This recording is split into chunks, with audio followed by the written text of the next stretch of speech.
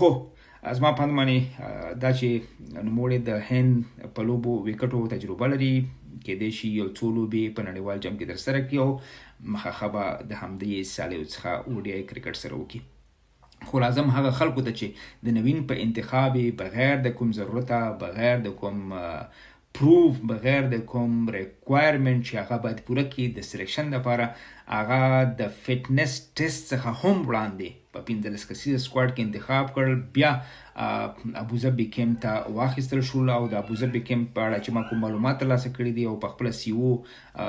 نصیب خان هم په وروستۍ مرکه کې ویل دي چې کېدای شي یو دوه لوبغاړي په لومړۍ یو یا دوه سیالیو کې هم په نړیوال جام کې د فټنس د مشکلاتو له وجې نه ونه لوبېږي. که څه هم نوموړي نومونه دي اخیستي، خو ښکاري چې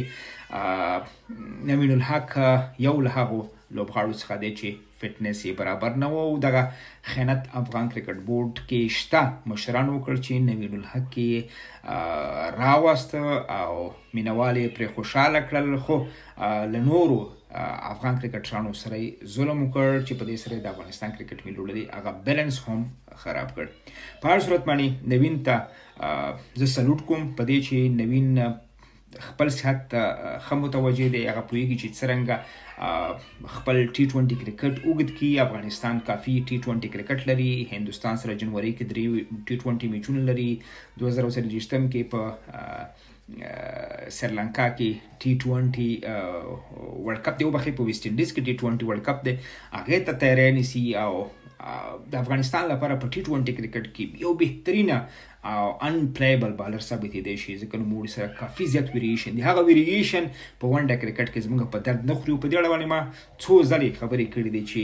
موږ ته یو پیسر پکار دی، موږ ته یو فاست بالر پکار دی، موږ ته یو 140 پلس بالر پکار دی چې هغه بونس ولري، هغه سوینګ ولري، هغه انپلیبل وي، هغه بیټسمین وویروي، نه دا چې بیټسمین ډیسیو کی. موږ ته په ونډه کرکټ کې د میسینګ ضرورت نه دی، موږ ته په ونډه کرکټ کې داسې یو بالر پکار دی چې موږ له وکټ واخلي. که وکټ نشي اخیستی، نور لوبغاړو ته زمینه برابره کړي چې د په فشار د وجې نه هغه وکټ واخلي. نوین کې دغه کوالټي په ونډه کرکټ کې بدبختانه نشته دی، په T20 کرکټ کې د دنیا یو له بهترینه